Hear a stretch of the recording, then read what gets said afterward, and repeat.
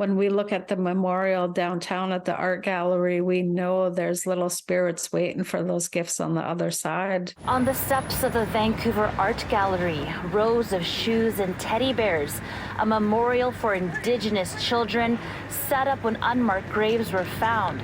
But now the City of Vancouver says it will be taken down. Oh, it definitely breaks my heart. I cannot imagine this being removed. This is definitely a good place to have this exhibition. There's a lot of people, a lot of traffic here, a lot of people walking by.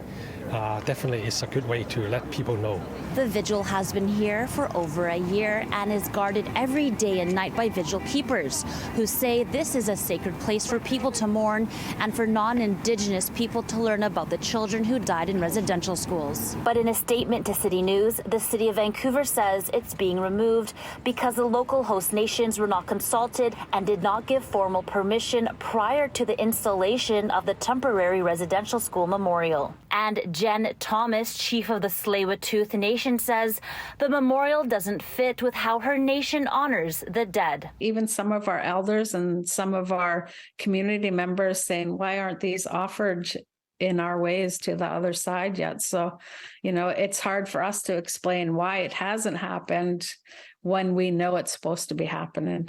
The City of Vancouver says it acknowledges its own misstep in not acting earlier to observe the rights and titles of cultural protocols of the local nations. Those shoes, those teddy bears are burned and gifted to the other side of the children. The removal of the memorial, a tough idea to swallow for those visiting it on Friday. What happened to those children has to be reminded to us all the time, because so many children have lost their lives and we cannot just forget them. So I don't think it's a good idea to remove this. The Tsleil-Waututh chief says they're working with the other host nations to come up with something permanent. We want to be able to have this conversation with them to work on something that's going to be meaningful for everybody. In Vancouver, Angela Bauer, City News.